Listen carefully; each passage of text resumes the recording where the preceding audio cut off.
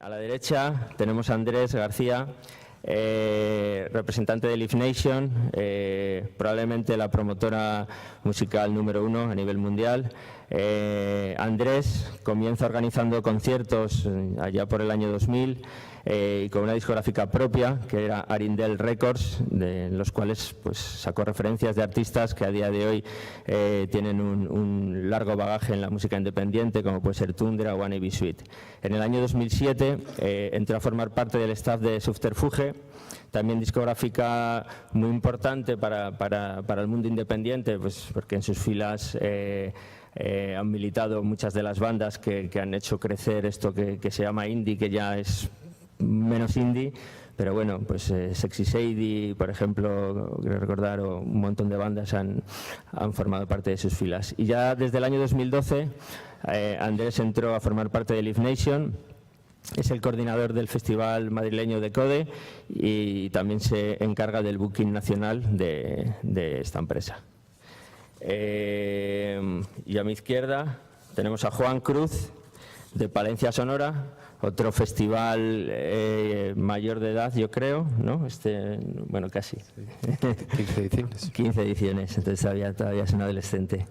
Otro proyecto castellano-leonés que lleva pues 15 ediciones. Programador, 18 años en la sala Universo Sonoro, director de Palencia Sonora en sus 15 ediciones, director del ciclo Preparados Listos Jazz, director del festival Urban Plaza, director del ciclo Palencia en Negro, director del ciclo Huerta de las Delicias. En definitiva, todo lo que suena a música y tiene una guitarra y una batería detrás, pues Juan y su equipo están allí. Mientras preparaba la mesa, lo primero que me llamó la atención fue que, bueno, estamos aquí sentados 3 representantes de festivales de música y que todos llevamos, pues, Carol 17, Sonorama ha hecho 20 años este año, Juan lleva 15 años. Entonces, bueno, pues sabemos que la parte de las artes escénicas en Castilla y León tiene un posicionamiento muy fuerte, tanto de público como en las instituciones, yo creo.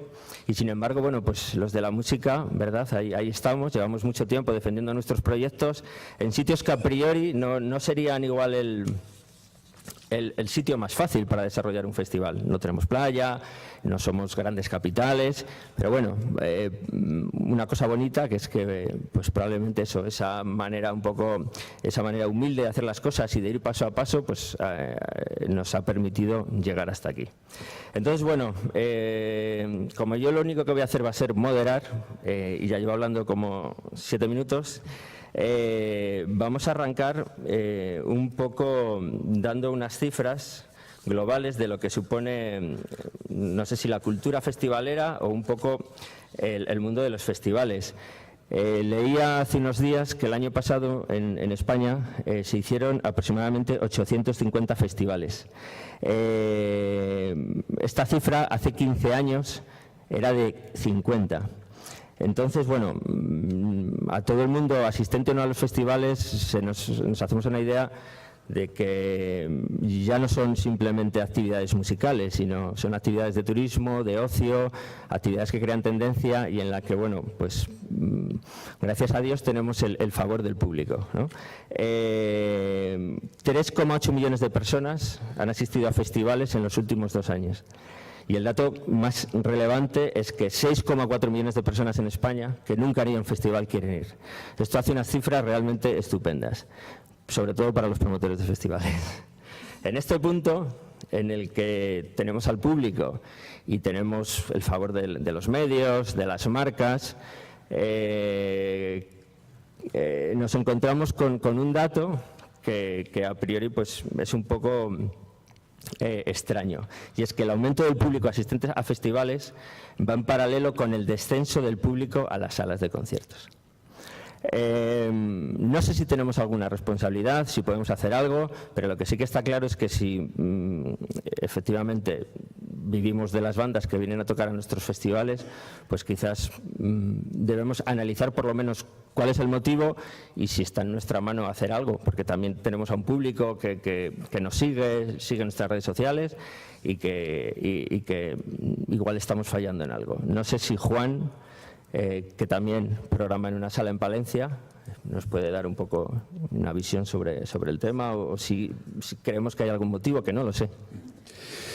Bueno, pues como bien dices, creo que el dato es relevante, ¿no? El aumento de público, de las cifras de público en los festivales y a su vez el descenso en las salas de conciertos. Yo como programador ya durante 18 años en una sala en Palencia, pues he comprobado precisamente este efecto, ¿no? El hecho de que, bueno, pues la experiencia cultural de un concierto en una sala ha sido sustituida por los festivales, ¿no? Si bien tiene ciertas ventajas, o he comprobado ciertas ventajas, ¿no?, en el hecho de que el público ha incrementado el tipo de público y que accede a la música, pues como bien te decía, en las salas estamos un poco sufriendo pues este panorama que se decanta ahora mismo con la música, ¿no?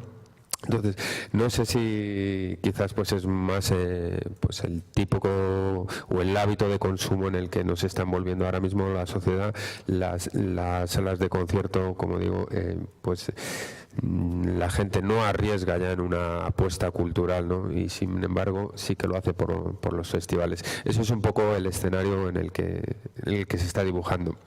No sé también si Carol, en este sentido, que también programa en una sala, podría... Pues sí, muy de acuerdo con lo que dice Juan. Desde nuestra asociación, que programamos en los diferentes festivales que organizamos y en una de las salas de la ciudad, la Fábrica de Tornillos, nos damos cuenta que a los festivales está aumentando el público que viene y en las salas se está manteniendo y si cabe está disminuyendo. Yo creo, haciendo un análisis así un poco superficial, que es debido a que el festival ofrece al público una experiencia la más amplia en cuanto a que está más cerca de un evento social, en cuanto a que es un punto de encuentro, en cuanto a que los festivales ofrecemos además de música, que en este caso son festivales musicales, y que bueno, pues si cabe el elemento más importante, pero también hay actividades paralelas. Bueno, pues todos los festivales, la mayoría de festivales organizamos actividades paralelas que son atractivas para el público y por eso pues el público le resulta más atractivo el asistir a un festival que a un concierto. Y es lo que, bueno, desde la asociación estamos comprobando. Sí que creemos que es responsabilidad nuestra, por otro lado, el atraer al público a las salas, y nos tenemos que poner las pilas para hacer algo y bueno, es en eso lo que creo que debemos trabajar. Sí, está claro. Andrés, tú en Madrid, claro, aquí hablamos bajo la experiencia de Castilla y León, que me consta que es en todas las comunidades igual. Sí que es cierto, salvo un poco el Oasis de Madrid o el Oasis de Barcelona, que es un poco lo que utilizan también las bandas, un poco para vendernos a los promotores el nivel de tickets que generan. Sí, bueno, incluso Madrid por encima de Barcelona. Nosotros como promotora, ya no solamente de grupos nacionales, sino de grupos internacionales, vemos una clara diferencia cuando un mismo concierto con un mismo precio es en Madrid o en Barcelona. Hay un 25-30% más de ventas siempre en Madrid como mínimo contra Barcelona, ¿no? ¿Qué responsabilidad tenemos? Yo creo que hay mucha responsabilidad también en parte de los grupos. Evidentemente lo que dice Carol es 100% real, es un acto social. O sea, lo vivimos todos en nuestros festivales, que incluso mucha gente que va a un concierto y presta atención a la mitad del concierto porque está dentro de ese acto social y luego se reengancha o se suelta. Como tú dices, hay más actividades, puedes ver media hora de un concierto, ir a otro, volver. Entonces sí que es más un acto social. Pero en cuanto a responsabilidad, yo no gestiono una sala, pero me pongo en vuestro pellejo y tiene que ser muy duro. O sea, ¿cómo atraes a ese público? Claro, hay entre la masificación de festivales, la masificación de grandes eventos, por lo menos en las grandes ciudades, luego los grupos que no se quieren mojar realmente, porque creo que luego pasaremos a este tema, pero claro, un festival les da una estabilidad económica, estabilidad de poder también proyectar su actuación con unas dimensiones mucho más grandes, una captación de nuevos fans, que claro, cuando vas a una sala, todo ese bienestar económico, de fans, de un escenario grande, una producción muy buena, todo desaparece. Entonces, claro, hay muy pocos grupos que realmente se quieran mojar. Sin embargo, se escucha normalmente mejor un concierto en una sala que en un festival. Por supuesto, yo creo que a todos los que nos gusta la música preferimos ver conciertos en salas que en festivales. Y de hecho,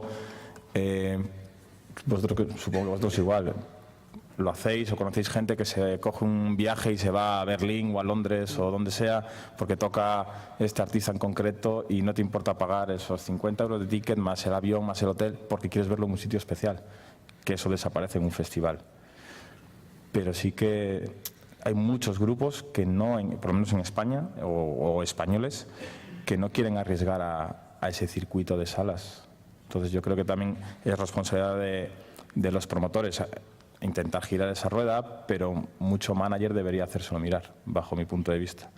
Y hablo también como parte de management y booking que soy. O sea, de booker de Live Nation.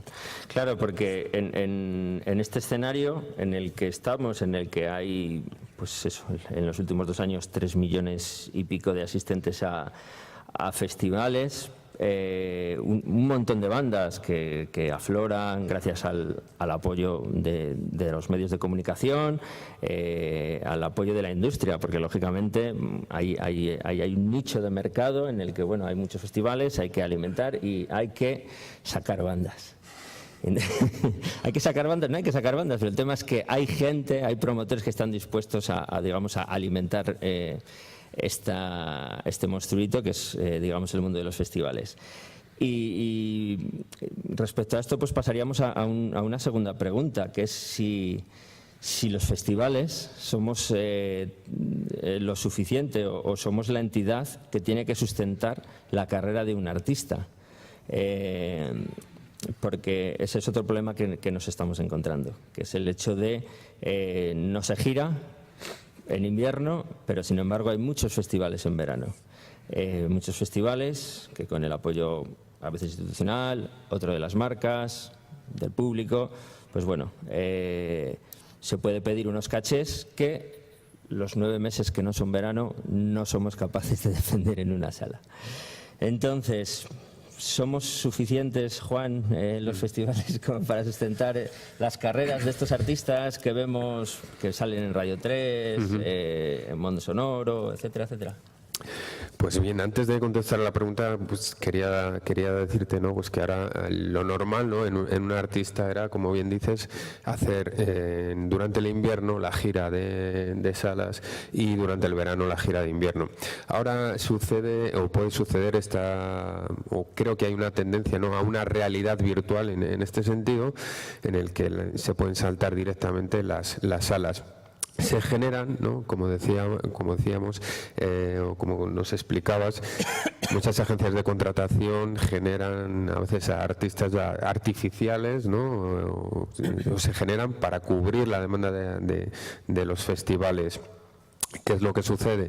Que los cachés también pues a veces no corresponden ni por asomo a lo que ese artista puede generar. ¿Por qué? Porque también las salas éramos una manera de testar cuál era el estado de la banda, ¿no? Una banda que puede llenar pues 100 personas o un aforo de 1000 personas. Eso ya nos servía como testigo para poder comprobar cuál era el estado de ese artista. Si bien es cierto que ahora pues se generan a veces artistas virtuales, como decía, en el que bueno, pues sin haber hecho ninguna gira de sala ya están disponibles para los festivales a precios a veces desorbitados. Festivales, evidentemente hay un montón de festivales, como bien decías, hasta 850, ¿no? se han enumerado en España. Y bueno, pues creo que muchos artistas ahora mismo solamente viven de los festivales. Hemos pasado a ser el chollo de la música, ¿no? Y como bien decía o hablábamos así en Petit Comité antes, hemos pasado a ser un poco las instituciones en los festivales, ¿no? O sea, en la música, ¿no? Realmente pues somos los pagadores, porque ha aumentado el público y el pastel o la tarta pues se la quieren repartir entre todos. Entonces, bueno, esa es un poco mi visión en esta pregunta. Andrés, ¿crees que somos suficientes? O igual sí. O sea, una cosa es que seamos capaces de pagar la cuenta de resultados del booker, agencia y de cada uno de los músicos, pero esto a largo plazo... No, para una banda no es suficiente un festival, o sea, una ronda de verano. Vamos. O 5. Bueno, sí, quiero decir, ¿no? Pero durante, ayudamos a crecer. Durante todo un año, o sea, como manager también te encuentras muchas veces en una situación de cómo alimentar claro, la gente ve un concierto, ve un grupo que está girando y no solamente esas 3, 4, 5 personas que están en el escenario. Alrededor de eso hay pues una crew que necesita comer también durante el invierno y también tiene que pagar sus facturas durante el invierno. Entonces, yo creo que no es suficiente. Hay grupos que se están empezando a dar cuenta que por mucho que, como tú decías, peguen 4 palos en verano, no se puede estar estirando el chicle durante todo un año con esa cuenta de resultados. Y sí que noto como que hay X agencias o algunos managers que están volviendo a preocuparse por hacer una carrera larga de un artista. Ha habido unos años, como toda burbuja, pues claro, pues han pasado de 50 a 850. Sabemos que hubo hace 6, 7 años una limpia. De repente había muchos festivales, cayeron en picado, quedaron unos pocos y ahora ha vuelto otra vez a resurgir. Y yo creo que fue un poco a partir de ese momento cuando ha vuelto otra vez a resurgir que hubo muchas agencias que dijeron, bueno, pues a partir de que con festivales ya vivimos. Como tú decías, hay muchos grupos, antes los grupos tocaban 27, 30 veces en su ciudad, iban cogiendo un poquito de nombre, salían de su ciudad a tocar a los X sitios más cercanos de su provincia, luego todo el mundo intentaba dar el salto a Madrid y Barcelona, a la capital, que ya era una experiencia espectacular, y empezaban a hacer, pues me voy a Valencia, me voy a Zaragoza, me voy a no sé qué, y a partir de ahí empezaban a intentar buquearse en festivales, porque ya tenías un poco de nombre, un pequeño currículum. Ahora es totalmente lo contrario. Los grupos se crean en los festivales para poder alimentarse un poco quizás después en invierno. Sobre que, bueno, volviendo a la pregunta original, sobre si somos suficientes, yo creo que no. Aunque haya mucho volumen, porque al fin y al cabo, por muchos 850 festivales que haya, España es lo que es. Tú no puedes estar tocando el viernes en Valladolid, el sábado en Palencia y el domingo en Miranda. O sea, hay que abrir, o si lo haces te va a durar la gira de ese artista muy poco tiempo, porque al final el público es muy rotatorio. Todos los festivales compartimos un porcentaje de público muy amplio. Ya no te digo un festival en Madrid, que el público de Madrid lo estamos surtiendo al resto de las provincias. Entonces, es imperativo para las oficinas, para los managers, intentar volver no a lo de antes 100%, pero sí quizás un 50-50, ¿no? Poder convivir con una campaña de verano buena de 25 o 30 festivales en buena posición, con otros 30 o 40 shows en salas. Yo te veo un poco más allá. O sea, hay una despreocupación por los grupos españoles en quedarse solamente en España que a mí me parece impresionante. O sea, me quedo alucinado. Yo por suerte giro por Europa y tú conoces a un grupo sueco y de repente les ves tocando, bajan y tienen 23 años, se han hecho su 4ª gira europea, sí, a base de trabajar y de igual dormir un día. Dinero, o sea, claro, exacto. Y en cambio en España hay una comodidad en cuanto a los grupos. No, bueno, cojo, meto unos palos en verano en festivales, hago la huchaca. Si me quiere un promotor que me pague en invierno, ahí sí que entran otra vez las instituciones, en el teatro municipal de aquí o de allí, y ya está. Y arriesgar lo mínimo posible. A mí eso la verdad es que me deja alucinado. A mí este año me ha pasado una anécdota que la cuento, a mí me ha dolido especialmente. Una banda que arrancaba el escenario principal de Sonorama el viernes y no pudo ir a tocar por un compromiso personal de uno de sus componentes. Estamos hablando, es una banda que yo sé de buena tinta que bueno, es una banda que ha hecho muy pocos conciertos, pero bueno, pues detrás hay una agencia, aunque sea pequeña, pero bueno, con gente de confianza. Entonces es una banda que sin apenas tocar ya tiene agente de prensa y manager. Y le metes en circuito de festivales. Y hay un festival que te da la oportunidad de abrir su escenario principal delante de unos cuantos miles de personas y no puedes acudir. ese tipo de bandas, o sea, no deberían existir. O sea, hay una burbuja de festivales que se habla, pero hay una burbuja de industria. Totalmente. Hay una burbuja de industria. Bueno, entonces, con respecto a esto, si vemos que los artistas que programamos habitualmente no son capaces de atraer al público que los festivales, por otro lado, tienen, claro, ¿cuál va a ser entonces nuestro criterio para pagar los cachés de esos artistas?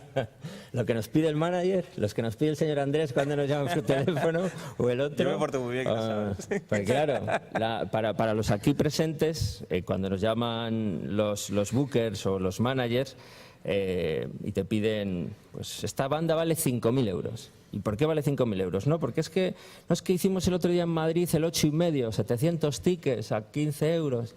Ya, pero bueno, el 8,5 en Madrid es el 8,5 en Madrid, pero las cifras de Palencia, o de Miranda, o de Badajoz, o de Santiago de Compostela.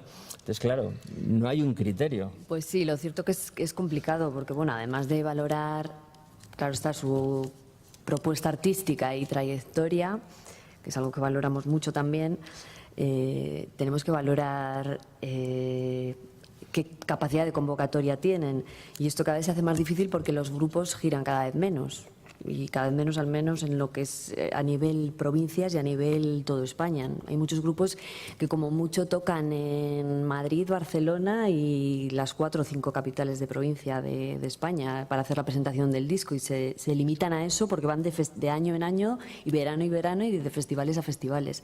Entonces, lo cierto que se hace a veces complicado el valorar el qué caché es el correspondiente o el justo para pagar a un artista. Bueno, ya se encarga el manager de pasarte el roster y pedirte el caché, que además, según hablábamos antes también en Petit Comité, cada día se están yendo más por las nubes, ¿no? Porque bueno, pues yo creo que debido un poco a la burbuja de festivales musicales, si cabe, pues se están haciendo muy elevados los cachés de los grupos. Bien, voy a contar la pequeña experiencia que tengo al llevar un festival indie y, por otro lado, otros de otra programación totalmente diferente, ¿no? Porque esto solo está pasando en este mercado, ¿no? Tenemos programación cultural en un festival que se llama La Huerta de las Delicias en Palencia. Se dedica al soul, al funk, al blues. Y esto no pasa en estos estilos, o no nos está pasando actualmente, ¿no? Podemos contactar con artistas internacionales y los cachés que se pagan son razonables, consensuados. Y vamos, vemos que hay como un pequeño síntoma de cordura, ¿no? Cosa que no me está pasando en el caso del festival de música pop o música indie, ¿no? Como lo llamamos. Por lo tanto, bueno, pues a la hora de la pregunta, ¿no? De matizar la pregunta de qué criterio utilizo para pagar los cachés en el festival de soul, de música negra, intento pues estar muy bien informado de cuál es el estilo y ver qué artista me convence más y puede dar un buen pelotazo con el público, ¿no? Ser un impacto para el público. Y en el caso del cartel de pop, pues sí es cierto que intento un poco pues ver o equilibrar un poco la demanda que puede tener el público sobre ese grupo, aparte de la calidad que pueda yo considerar sobre él. Esa es la experiencia en los estilos que estaba comentando. Sí, es curioso, ¿no?, esto que dices, porque ¿no crees que esto pasaba más antes? Si te vas 10 años hacia atrás, vosotros en el Sonorama de Eurovisión, ¿no sucedía antes más que programabais no tanto con el ojo de cuánta gente voy a arrastrar, sino con el cuánto me gusta ese grupo o cuánto creo que puedo sorprender al público? Que tengo para luego. Anda. No llegues ahí. Claro, es que yo tengo la sensación de que antes sí que se programaba mucho más así, entonces la valoración económica, pues era una valoración económica de creo que este grupo es una novedad o no, Ahora, desgraciadamente, sí que es mucho más mercantil. O sea, tengo una oferta de 3 festivales en 150 kilómetros a la redonda, a ver a quién le puedo sacar más. Básicamente es eso. Y además ahora se ha convertido en el y yo más, que si este grupo me he enterado que cobra 60, yo tengo que cobrar 65. Por parte de las agencias. Sí. Bueno, las agencias muchas veces llevado por los propios artistas. Yo lo digo por experiencia propia, que hay veces en las que te da incluso no vergüenza, pero la palabra no es una vergüenza de qué vergüenza me da, sino de que ¿cómo voy a pedir yo esto si sé que no lo estamos generando? Pero el artista te empuja, no, es que yo me he enterado que han pagado no sé cuánto por esto, quiero cobrar más o lo mismo. Entonces, ¿cómo tarifarlo?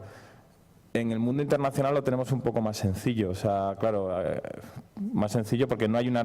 Yo creo que es más sencillo, la verdad. Bueno, pero es que no hay una regla. O sea, lo que criticábamos de lo internacional es lo que se ha convertido en norma para lo nacional, que no hay caché. Pero hay un pequeño matiz, que la diferencia es que un artista internacional viene a España y te hace 2 shows. Vale.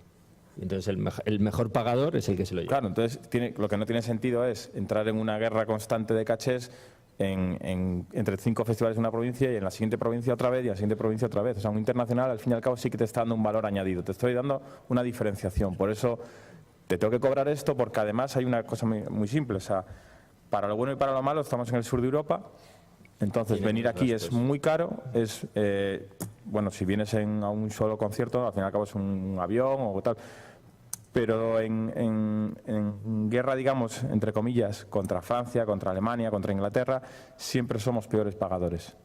O sea, porque allí hay mucho más público, como un grupo, pues por tener un ejemplo de grupos que hablamos a veces, Milky Chance, un grupo que aquí es prácticamente desconocido y que en Alemania está haciendo 200.000 personas de aforo.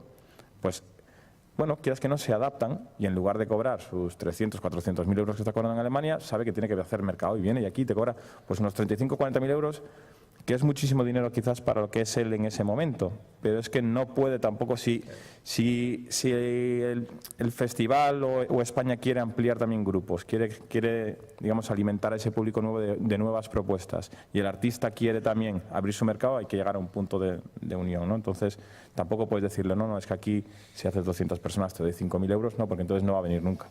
Entonces hay que buscar ese punto medio, pero sí que los agentes internacionales, aunque muchos de ellos aprietan mucho más, cuando tienen grupos nobles sí que son mucho más flexibles.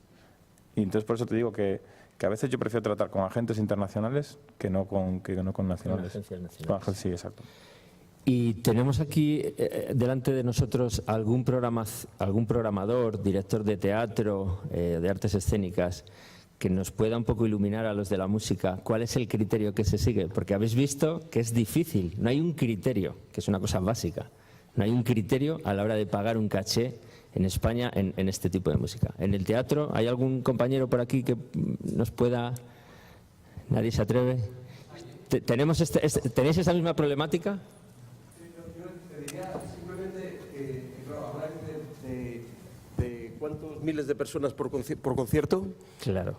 Claro, en un teatro, en un gran teatro, a lo mejor hay 300 personas y se llena. Entonces, el aforo es muchísimo más pequeño de la gente que asiste, ¿no? Pero ¿existe esa diferencia entre lo que le piden al programador del festival a lo que, digamos, la compañía es capaz de generar en un teatro? Esa es, digamos, lo que nosotros como programadores un poco, digamos, criticamos, por decirlo de alguna manera, a la industria de la música. No sé, nosotros como compañía, yo te puedo decir, aunque no esté bien decirlo, pero lo sabemos todos los de todas las compañías, que el caché puede variar hasta el 50%. También es cierto, muchas veces no, o sea, si son instituciones, si son, ¿sabes?, organismos públicos, no suele haber rebaja, es cierto, ¿no? Pero luego hay otros sitios donde vas a trabajar en el que no sé, el mundo del teatro es una cosa muy cercana, el público es muy cercano, casi puedes contar a los espectadores que has tenido, ¿sabes? Entonces sí se pueden hacer rebajas, pero incluso quedando excesivamente ajustada a la compañía, ¿no? No sé, yo creo que son mundos muy diferentes, sobre todo por eso, porque en la industria de la música es mucho más grande, aparte de que el teatro se quiere hacer una industria, ¿no? Pero se resiste más que lo que es la industria de la música. Pero no te creas que es tan diferente esto que estás comentando ahora cuando hablamos del mundo salas, ¿eh? O sea, cuando una banda sale a la carretera en invierno y le llega el momento de hacer gira de salas, es muy similar a esto que tú dices, ¿eh? O sea, ahí, bueno, muchas veces incluso el caché desaparece porque básicamente lo que te dicen es: tienes el espacio, lo que generas es tuyo. Pero cuando sí que se negocia algún caché con algún promotor local o demás, claro, no tiene absolutamente nada que ver, como hablábamos, pues un caché en un club en Madrid, en Valencia, o si vas a Miranda, porque evidentemente el poder de generar también sube o baja, ¿no? Entonces, también sí que fluctúa pues 50% o incluso a veces más. O sea, que ahí sí que se parece un poco más. Claro, la otra conversación es festivales. Claro, si ya son macroeventos, que es otro mundo totalmente diferente. Un compañero ahí. Gracias por este rebote. Dos cositas. Es que yo he venido a aprender. Claro, hay que estar en ello. Dos cositas. A ver, yo entiendo que yo termino mi festival y nadie, absolutamente nadie, me compra un bono para el próximo año. Para un abonado, como suele pasar en los festivales más potentes, ¿no? Que tengo a mi primo que al día siguiente del Primavera Sound ya que no le encaja y que está vendiendo ya el bono dentro de un año. Dices, vete de la M, ¿no? Hay otra cosa que también os la devolvería a vosotros, que es, aún así que yo aprendo mogollón también, con Juan, con David, cercanos a ellos, yendo a su sala, yendo a su festival. Soy muy melómano, programo en mi festival también música y es cierto que me acerco un poco a lo que dice Juan, no pasa tanto, una música de folk, de fusión, de jazz, un poco en ese sentido lo que llevo yo. El caso es que os lo devuelvo, ¿no? Yo veo carteles de festivales y decir, ¿tenéis vosotros un criterio? Porque yo veo voy a poner una anécdota con todos los respetos. Claro, veo a León Benavente en todos los festivales y digo, ¿hay un criterio de esos festivales? Porque igual se están aprovechando esos managers y esos grupos de hacer esa ruta. Igual estáis alimentando desde vuestra responsabilidad, me pregunto, esa historia que diciendo, joder, os está rebotando, ¿no? Esa también, que bueno, como guiño, y como aprendizaje. Somos los máximos responsables de esta endogamia. O sea, esto es completamente endogámico. El dinero de los festivales, a las agencias, a los 2 o 3 medios que hay, esto se retroalimenta en eso. O sea, esa pregunta que luego tengo de ¿por qué programamos? Antes programábamos más por lo que nos gustaba y ahora no. Ahora es una endogamia. En las artes escénicas pasa un poquito en programaciones, en más de programaciones anuales, no tanto en festivales, en las que sí que se repiten carteles, producciones y de determinadas productoras grandes, ¿no? Pentación, Cimarro, Seone, vamos, hay determinadas historias que sí se repiten y te harta, bueno, tú optas y es cierto, y si van casi a paquete y si van a establecer casi un precio, hay unos precios de ese tipo de propuestas, luego yo negocio con la fármaco, con otra compañía de danza o lo que sea y yo lo veo, bueno, justo, yo lo veo equilibrado. Yo vengo de compañía, sé lo que cuesta la seguridad social, sé lo que cuesta una producción, sé lo que cuesta un viaje, más o menos, ¿no? También pasa un poquito, Vale, bueno, pues yo me quedo más tranquilo. Más o menos. Yo tengo la curiosidad precisamente de saber por qué vosotros aceptáis esa condición. Es decir, si vosotros 4 estáis de alguna manera quejándoos de que se dé esa situación, vosotros 4 que sois los gestores de vuestros propios espacios, os sometéis a esa condición. Por otro lado, me ha parecido de puta madre que lo expreséis así de abiertamente, porque nunca lo había oído expresar así de abiertamente. Y entonces me llama la atención el saber por qué condicionáis vuestra propuesta artística a esas condiciones esas de las que os estáis quejando precisamente. También, por otro lado, me gustaría saber, porque yo soy de una compañía de teatro para niños, disculpad que no desconozco cómo es el entramado empresarial de la música. Como aficionado voy a la cueva y cosas así a ver las cosas que llegan a tal. Me gusta entender, me doy cuenta de que muchos de esas bandas que pasan por festivales se tienen que someter a condiciones que no admiten esa profesionalización de alguna manera. Ese espacio que vosotros describís como que las bandas se aprovechan de vosotros y de la capacidad económica que vosotros les ofrecéis, me llama la atención y lo desconozco. Desconozco la capacidad que existe para que las bandas puedan someterse a un circuito profesionalizado de invierno que permita mantener una estructura profesional en torno a esas bandas. Me gustaría que nos aclaraseis esas 2 dudas que me han entrado al oíros. Primero, ¿por qué admitís esa situación conflictiva para vosotros, creo que para mí también lo es. Y luego, ¿cuál es la diferencia de esa estructura profesional de verano y de invierno y por qué se dan esos y por qué intuís vosotros que esas bandas se aprovechan de la estructura profesional que le ofrecéis vosotros en verano? Claro, gracias. Me llamo Moncho. Yo respondo a lo de los festivales y Juan, que tiene una sala, que responda a lo de la sala. Hombre, nos sometemos evidentemente porque porque queremos y porque sería muy complicado tener una voz común, digamos, para establecer unos cachés, porque las circunstancias son distintas. Sonorama este año ha tenido más de 20.000 personas, Palencia Sonora tiene 3.500. Yo entiendo que Palencia Sonora siempre tiene que pagar menos que Sonorama. O sea, y te lo digo desde aquí. Antes pones como ejemplo una banda que tú pones como ejemplo de falta de profesionalidad. Sin embargo, tú das a entender que lo has contratado porque tiene una agencia de distribución, tiene un representante, tiene un espacio de manager. Sin embargo, no representa un espacio profesional. En definitiva, de hecho, te ha puesto en un brete, en un problema. Suspendido por lo que sea. Y tú lo consideras que es una falta de profesionalidad. Tú aludes a que esa banda está en tu espacio por toda esa estructura Sí. que hay por detrás y no tanto por su propuesta artística. Pues tengo que reconocerte que en ese caso sí. Pues igual que te digo, vamos a ver, Sonorama es un... Sí, no, es verdad, ¿eh? O sea, yo, en tono del mea culpa, yo creo que el año pasado tocaron más de 150 bandas en Sonorama, de las cuales... Te puedo decir que he escuchado al 95%, eso lo tengo claro, pero valorar ciertas cosas, de dónde debe ir en cada espacio, no es tan sencillo. No es tan sencillo. Y nosotros tenemos 7 escenarios, yo no sé ni los escenarios que tenemos. Y hay una serie de bandas que como emergentes van a esos escenarios emergentes. Y hay otra serie de bandas que como emergentes, pero teniendo detrás una gente de la que yo me fío, ¿eh? O sea, yo no las contraté al tuntún, yo me fío de lo que hay detrás. Claro, o sea, tiene una agencia de la que me fío. Pero eso no puede ser. O sea, lo que pasó en ese momento. Yo sí que, yo vuelvo a decir, escucho el 95% de lo que toca en Sonorama. Luego es difícil decir, o sea, el elegir los slots ahí en el idioma un poco medio guiri que utilizamos todos, eso es más complicado, pero ahí yo sí que me fío digamos, de esa parte de la industria y es de la que, pues eso, hay una especie de sobreindustria, hay sobrecachés, etcétera. Vamos a la pregunta primera porque si no nos vamos a liar y no terminamos.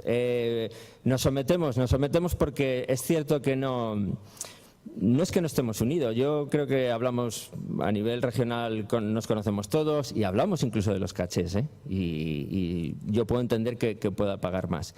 Pero hay una endogamia en todo, ¿eh? En la parte de la promo también hay 3 medios en los que una vez que los grupos están ahí todos les queremos. Entonces yo creo que va un poco por ahí, que cada uno tenemos nuestras circunstancias y al final nos quejamos de las cosas, pero luego también tendemos a justificarlas y luego, bueno, pues que los festivales, aunque nosotros llevamos mucho tiempo, pero este boom de los festivales indies y de los grupos indies y tampoco... Igual está tan desarrollado, el problema es ese, que tenemos que ser más versátiles a la hora de programar y así que esas agencias indies pues no vean a los festivales de este perfil como su mercado único y que si no están ellos pueden ir otros, no lo sé. La pregunta es difícil, entiendo que eso, que las circunstancias varían mucho y sobre todo eso, que al final igual tampoco hay muchas bandas, pero con el favor del público igual no tantas. Yo por mi parte por ahí va el tema. El tema de las salas... Me gustaría seguir con este tema un poco por decirte, yo creo que hay una clave aquí, es el llamado nuevo indie, es lo que hace 10, 15 años sería el mainstream. Hablabas antes justo de que nosotros ahora, los festivales, somos las nuevas fiestas de pueblo, por decirlo así, sin más. Claro, donde antes iba a tocar Miguel Bosé, ahora viene a tocar Super Submarina o Lori Meyers. ¿Qué pasa? Miguel Bosé antes hacía lo que ellos llamaban galas, 60, 70 galas en verano, y era endogámico esa parte. O sea, tocaba en Bulluyus de la Victoria y en Torra de no sé qué, del Regil. Y ahora sucede con los festivales. Claro, ¿por qué todos admitimos que León Benavente haga 50 fechas? Que decías tú antes. Porque al final, si quieres mantener tu festival, tienes que pasar por X aros, de tener X grupos. O sea, al final se ha convertido en algo tan mainstream que todo el mundo quiere ver a los mismos grupos y le da igual a la gente que esté en 7 festivales seguidos. O sea, porque si un festival llega al momento y arriesga y no cuenta con Lori Meyers, con Izal, con Love for Lesbian, con Vetusta, y se arriesga por grupos mucho más desconocidos a hacer un festival quizás musicalmente más atractivo o más arriesgado, lo habitual es que ese festival se va a la porra y no continúa. Entonces, te cargas tu sueño, empresarialmente es un desastre y encima no puedes seguir aportando ese granito de arena que tú entiendes de culturizar o abrir un poco más a X grupos, tal. Entonces, esto te lo digo como experiencia propia. Yo con 20 años me pegué un zambombazo que perdí 5 millones de pesetas de aquel momento y a partir de ahí dije, vale, pues cada vez que haga algo tengo que entender que no lo hago para mí, ni lo hago para las 4 personas que yo quiero extender esta música, ¿no? Es un tema cultural, pero a la vez empresarial. Entonces, al final, lo que funciona es León Benavente, Izal, el otro y el de la moto. Entonces, todos vamos repitiendo justamente por esa razón, porque es el nuevo mainstream, es el nuevo Miguel Bosé. Y funciona, y los números siguen saliendo. Y en cuanto alguien se sale un poquitín de la línea, los números ya no salen. Entonces, es muy complicado combinar ese riesgo a la hora de programar con esa parte empresarial. O sea, en nuestro caso, que somos un festival que el 70 o el 75% de la programación es internacional, tienes mucho más juego, pero aún así estás condenado a traer 2 o 3 nombres gordos de los que la gente entiende gordos, Arctic Monkeys, Foo Fighters, etcétera, etcétera. En el caso del Decode, llevamos 6 ediciones, 3 sold out y 3 no sold out, con cifras que pegaron un bajón considerable. Y lo hablábamos antes, es la suerte de ese artista internacional que te cae o no te cae. Entonces, al final, aunque sea con un internacional o un nacional, estamos en lo mismo. La diferenciación, que es lo que hablamos, que el internacional hace 2 fechas o 3 en un territorio, pero al fin y al cabo es la misma, o sea, nos obligan a pasar por ese aro. Ojo, y luego hay cosas que no se pueden generalizar. Hay bandas que justifican siempre su caché, ¿eh? Y igual en el caso concreto de León Benavente es una banda que lo justifica. O sea, yo he hecho como promotor en Burgos y en Valladolid y sé que lo justifican. Pero lo digo por si conocéis a sus managers. El tema salas y seguimos... Sí. Bueno, en cuanto a las salas, bueno, quería decir que sí es cierto que se ha generado, ya lo decía antes, pues se ha alimentado el hecho de no justificar los cachés de ciertos grupos, ¿no? Sí que nos ha pasado casos, ¿no? Pues al manejar el festival y la sala, hemos tenido a grupos que han vendido 50 tickets y que su caché son 12.000 euros. O sea, y de esos han sido varios, no voy a citar nombres, pero podría decir no uno, ni dos, ni bastantes nombres, ¿no? Como es curioso que en la sala un grupo nos pide, pues eso, tocar por la taquilla, ¿no? Y en el festival pues pide 12.000 euros, algo completamente incomprensible, lo cual da una idea de la burbuja en la que se ha convertido todo, ¿no? El hecho de estar los festivales como pagadores. Tenemos una responsabilidad también, eso, pues lo que decía antes, ¿no? Que las salas eran el principio de empuje de los artistas, ¿no? Vamos a tocar en esta sala y después vamos a otro aforo mayor y después a un estadio y después a un superfestival, pero ese circuito se está rompiendo o así lo compruebo, ¿no? Y aparecen pues artistas que sin pasar por sala o pasando levemente, simplemente pagadas por la agencia de contratación, pues hacen esa gira, ¿no?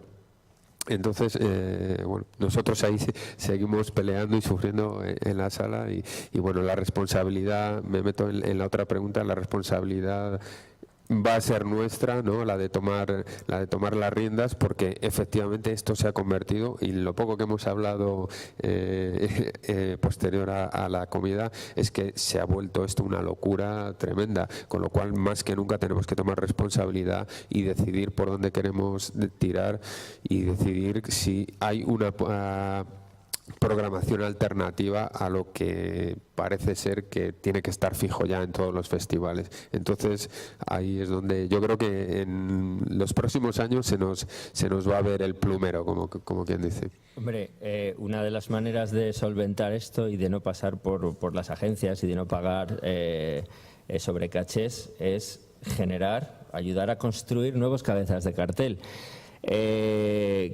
Que en definitiva la industria de la música es lo que siempre ha hecho. Los guiris siempre lo han hecho y lo que pasa es que antes se construía pues a través de las agencias internacionales o de las discográficas, que es las que tenían pasta cuando se vendían discos. Y yo creo que ahí los festivales, probablemente los festivales grandes, tengan la responsabilidad. O sea, hay que reconocer que contamos con el favor del público, que las marcas se quieren asociar a nosotros, que las instituciones en mayor o menor medida también, y probablemente la manera de curar esto y de que solamente haya 5 cabezas de cartel del indie, pues sea ayudando a construir, porque los artistas se construyen. Entonces, pues tendremos que dar la oportunidad, tendremos que fijarnos unos objetivos, posicionarles en esos sitios de mucha visibilidad y con un trabajo... Ese es el problema, que es a medio o largo plazo construir esas cabezas de cartel y si ahora, en el año 2017 o 2018, hay 5 cabezas de cartel que sean capaces de generarte muchísimos tickets, pues que dentro de 10 años haya 30. Carol. Pues sí, totalmente de acuerdo. Nosotros, por nuestra parte, en Eurovisión, desde hace unos años, creamos lo que se llama el concurso de bandas nobles, que es Euroemergentes, donde, bueno, damos cabida a que los ganadores toquen en los escenarios principales del festival. Y bueno, creemos que es importante, ¿no?, para apoyarles y para darles la oportunidad de que todo este público que viene a los festivales tenga la oportunidad de verles. Y bueno, está claro que sí, que tenemos la responsabilidad de mostrar nuevas bandas y construir esos nuevos cabezas de cartel que comentamos. Nosotros por nuestra parte es que sí que es una cosa que nos la creemos y que por qué no decirlo, como industria creo que nos debemos retroalimentar y ya no solamente posicionar, sino invertir en promoción, comunicación, en una banda. Y es que siempre ha pasado, o sea, es que eso no es malo. O sea, los guiris siempre tienen the next big thing, porque la construyen. Y The Next Big Thing, yo he ido a ver la próxima gran cosa a salas de 200 y a los 3 años cobrar mucha pasta porque se lo han currado y el currar es meter pasta. Sí, también quizás en el guiri hay una industria de medios más que se preocupa mucho más por esto.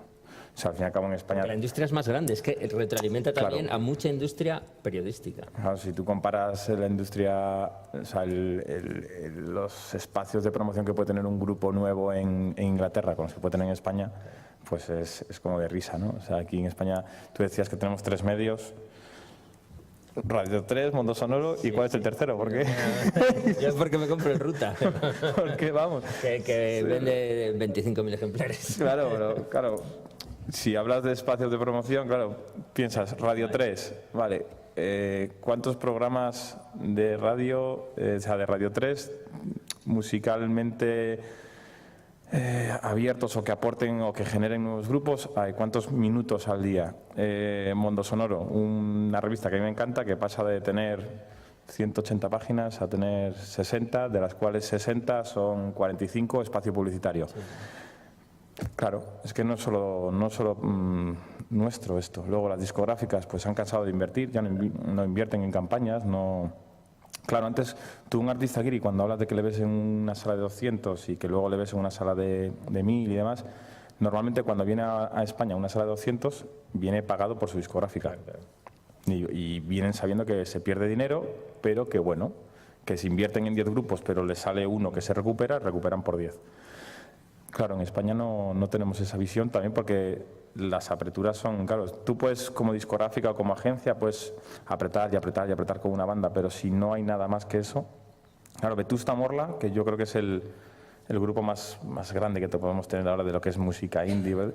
Claro, es el ejemplo de perseverancia, es un grupo que estuvo 12 años con su primer disco. Y dale, y dale, y dale. Yo no sé en teatro, pero yo no creo que haya una compañía de teatro con una obra de teatro 12 años con esa misma obra, dale, y dale, y dale, y dale, sufriendo y pasando penurias hasta que quizás funciona, ¿no? Supongo que haces lo que hace cualquier grupo. Sacas un disco y si no funcionas, vas a otro. ¿Perdón? Ah, vale.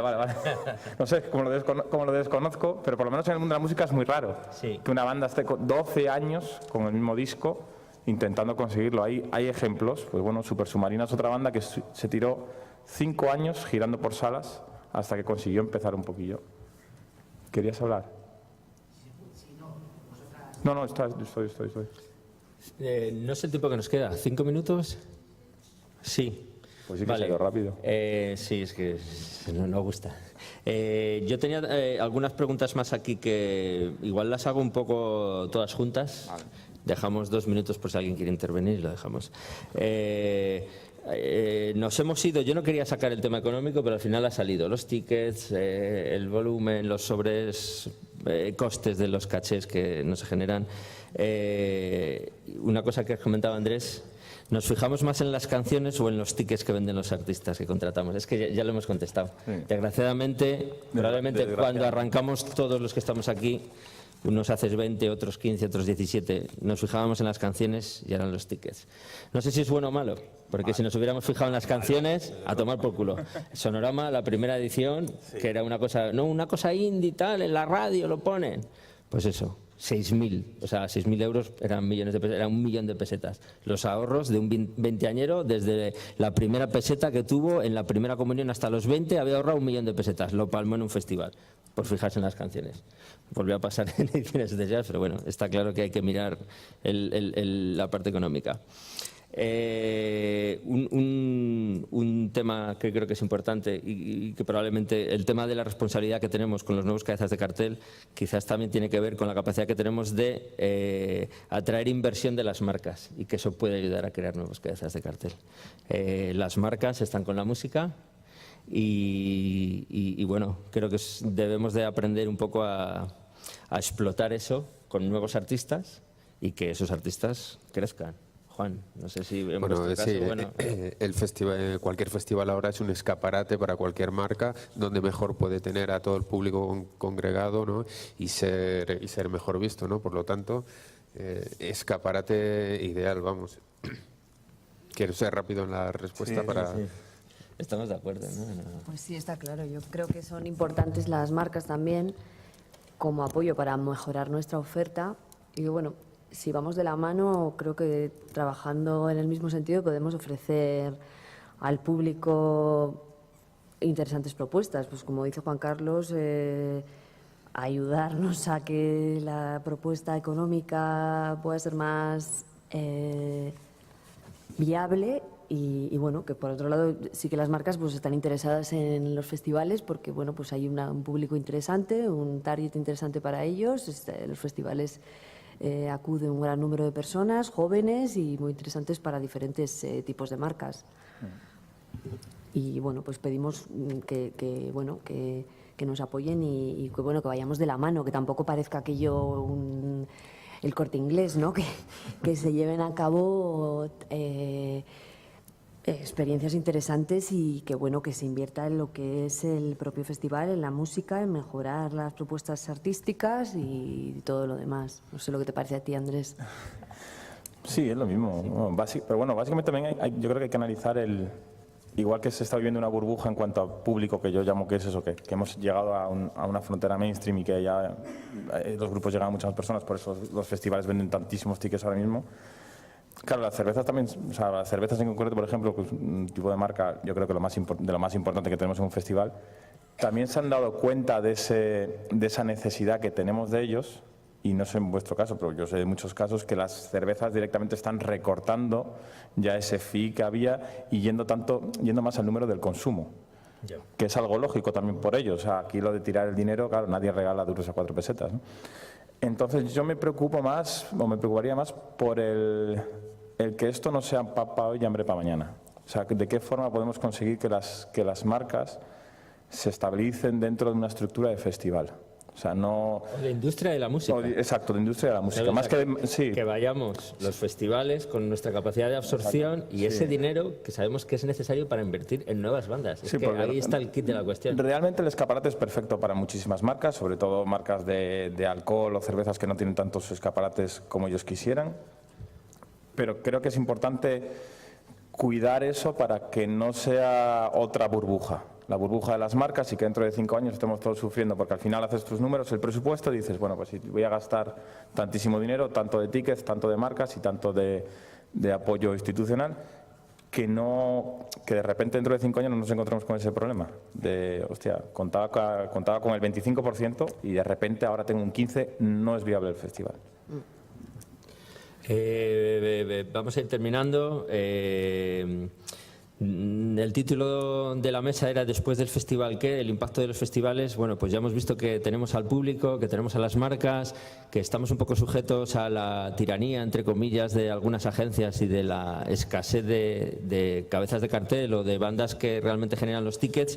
Pero bueno, creo que tenemos la solución, por eso la he puesto un poco al final, y es que somos capaces de atraer inversión no pública, que también es necesaria, por supuesto, sino privada.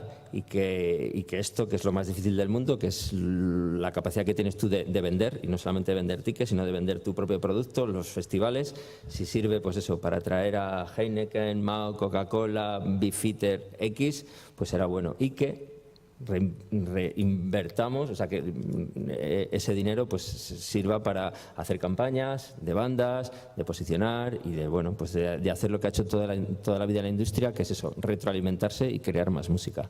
¿Preguntas? David. Bueno, en primer lugar, yo creo que sois vosotros representantes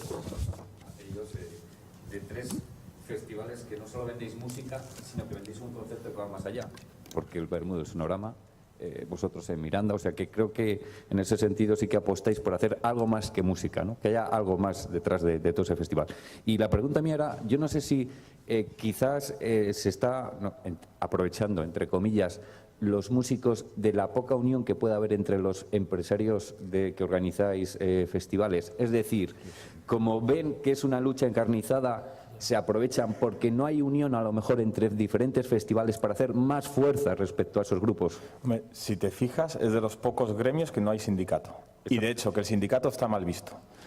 O sea, sí, de que se creen sinergias entre diferentes festivales para poder hacer un frente común ante esos cachés. Ahora mismo que están hay un caso sobre la mesa, que tú serás consciente de él, de una serie de festivales del sur de España que se están intentando unir para no pagar un sobrecoste de un caché. De un artista.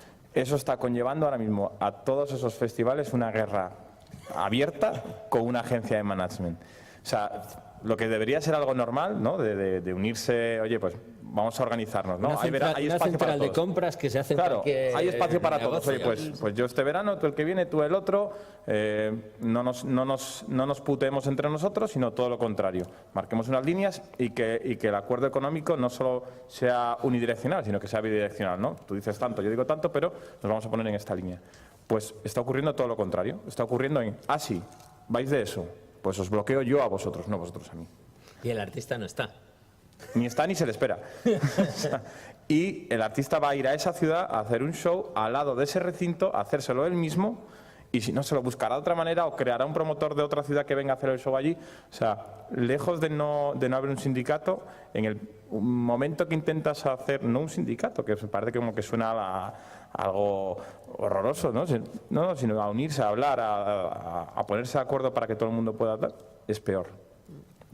O sea, es muy jodido.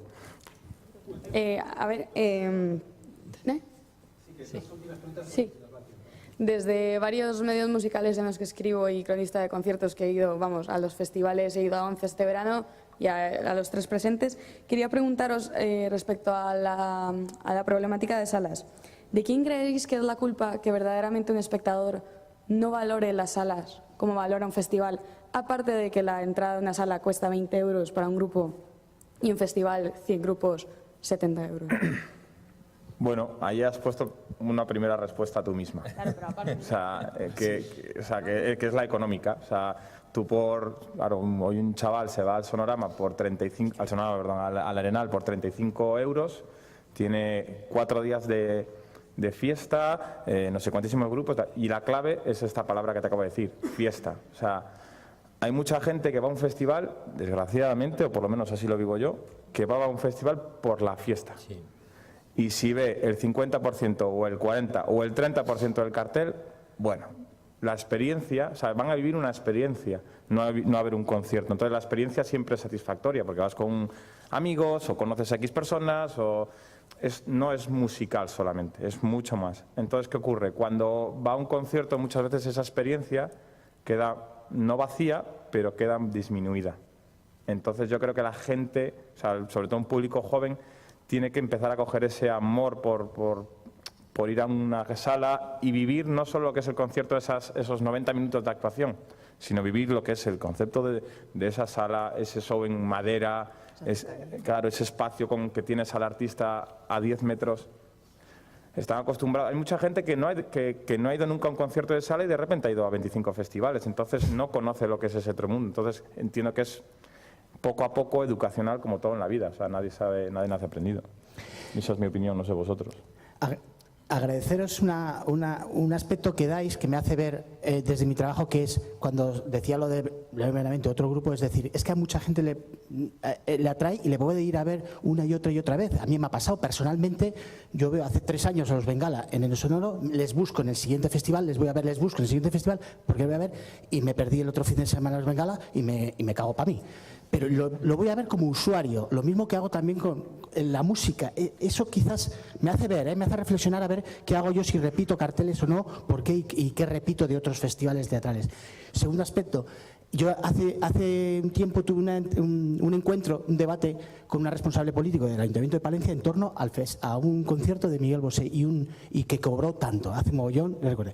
Claro, ahí yo les puse, si tenéis valor a la hora de a ver si hay un límite, la Federación de Municipios Nacionales, si se quiere poner las pilas en ese aspecto, hasta qué punto y tal. Pero ahí hay un campo al que entrar, políticamente. Esto, claro, exige un límite que... Bueno.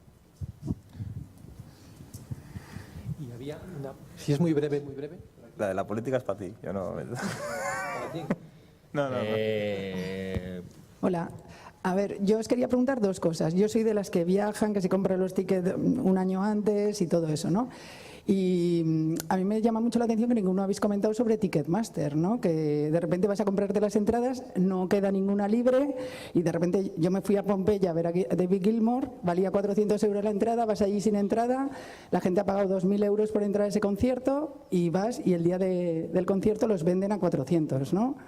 Eso por un lado. Por otro lado, ¿tenéis algún tipo de relación con festivales europeos? Me refiero, aparte de que lleváis vuestro propio festival, ¿tenéis colaboraciones con otros festivales? Y 3, no sé si sabéis que en Europa, en todos estos países, a raíz de la huida de los jóvenes por falta de empleo, se han empezado a crear pues realmente unas entidades que se dedican a llevar bandas españolas a Londres, a Berlín, a Atenas, a un montón de sitios. Yo particularmente llevé a varias bandas y fueron un éxito, ¿no? Estuvo muy bien y vinieron en invierno, que es también otro circuito que las bandas españolas pueden desarrollar. A ver, ¿a qué me contestáis? Gracias. Bueno, Ticketmaster veo que me vale. Ticketmaster es una empresa que pertenece a Live Nation, que es mi empresa. Ya. Me vas a perdonar que no me meta en ese tema, porque es un tema súper farragoso y además del que no soy consciente al 100%, entonces me voy a arriesgar a meter la pata y prefiero no hacerlo, porque es un tema muy complicado. O sea, yo como usuario te comprendo perfectamente. O sea, te haces una cola virtual de 3 horas, te vas a comprar la entrada, de repente no hay, de repente al momento está en una plataforma de venta de segunda mano al triple de precio. Es un follón. O sea, no sé qué decirte. O sea, no puedo decirte nada. Pero yo no me puedo meter ahí. O sea, me vas a perdonar. Para eso hay un presidente que tiene millas él.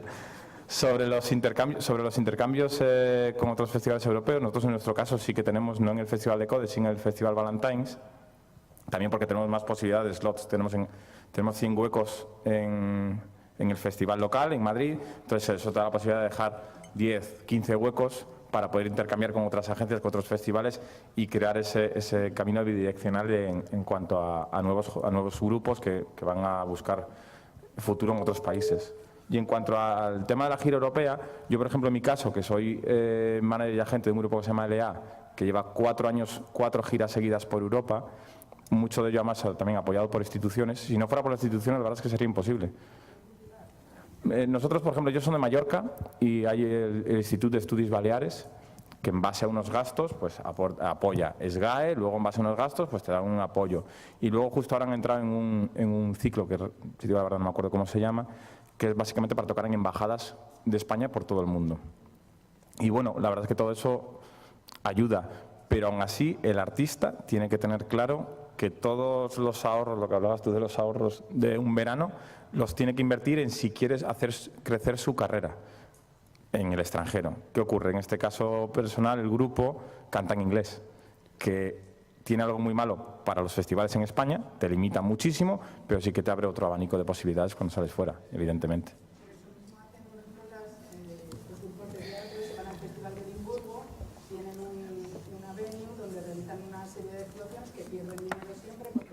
Claro, totalmente, porque tienes esa intención de crecimiento. Claro, en España hay, es lo que hablaba, yo lo he dicho al principio con conocimiento de causa, porque yo lo trabajo y mando grupos Sexy Cebras a México por 5º año, LA a Europa por 5º año, pero por lo normal no se hace. Lo habitual no es hacerlo, porque coges y básicamente, como no quieres girar en invierno, lo de verano lo ahorras para vivir en invierno, no para invertir. Nosotros en nuestro caso sí, porque también te digo, al cantar en inglés tenemos la posibilidad. Un grupo que canta en castellano en Alemania o en Hungría o en Francia es muchísimo más difícil. Lo siento, no podemos. Me lo ha puesto fácil, Patricio. Seguimos ahora, si quieres.